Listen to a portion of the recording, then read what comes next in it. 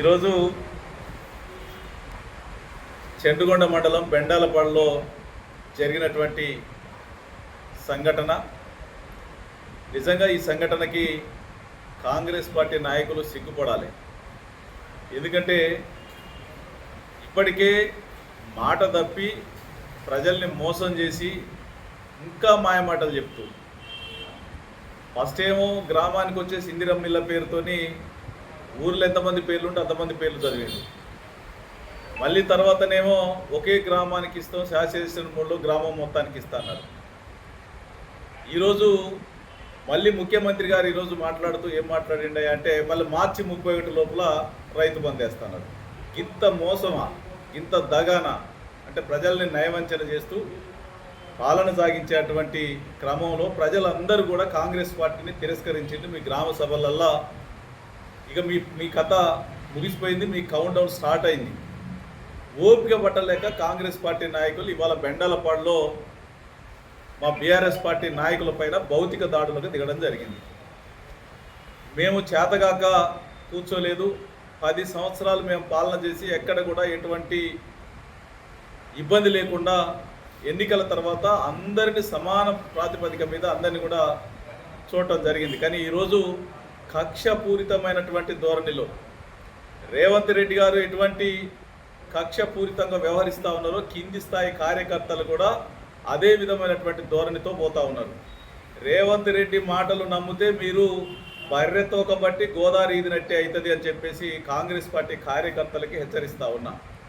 రోజుకొక మాట, పూటకొక వాగ్దానం ఇచ్చిండు. ఆ రోజు అధికారం కోసం అధికారంలోకి వచ్చిన తర్వాత 6 గ్యారంటీలని గ్యారంటీ కార్డు సంతకాలు పెట్టించి 420 హామీలు ఇచ్చి ఇవాళ భౌతిక దాడులకి బీఆర్ఎస్ కార్యకర్తల మీద భౌతిక దాడులు దిగుతారా అడిగిరని చెప్పేసి భౌతిక దాడులు దిగితే ఇవాళ కొడేని రవికుమారు తర్వాత మా మోహన్ రావు గారు, మేడం మోహన్ రావు గారికి ఇద్దరికి దెబ్బలు తగలడం జరిగింది.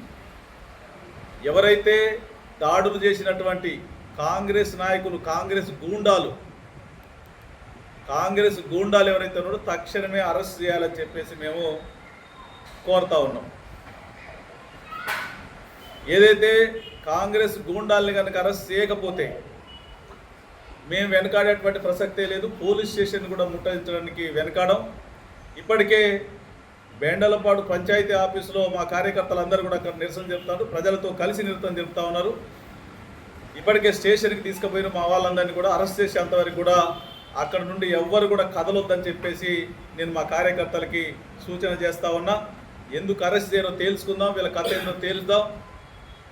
అట్లాగే నిన్న గ్రామ సభలో ప్రశ్నించినందుకు, టేకులపల్లిలో ప్రశ్నించినందుకు 9 మంది మీద సెక్రటరీని పాపం బెదిరించి, ఎస్సీ అని చెప్పేసి కార్యదర్శిని, పంచాయతీ కార్యదర్శిని బెదిరించి ఆయనతో కంప్లైంట్ ఇప్పించి అడిగినందుకు అట్రాసిటీ కేసు పెట్టించారు. గ్రామ సభలో అడిగినందుకు అట్రాసిటీ కేసులు పెట్టదు. అంటే మాట్లాడితే గ్రామ సభలలో అడిగితే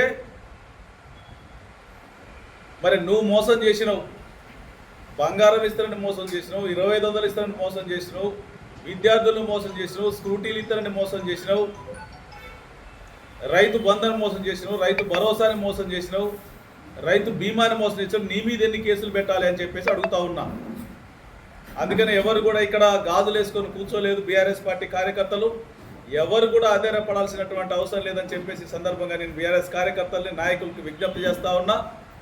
కాంగ్రెస్ పార్టీ ఖతమైపోయింది. కాంగ్రెస్ పార్టీకి ఇదే ఆఖరి గడియలు.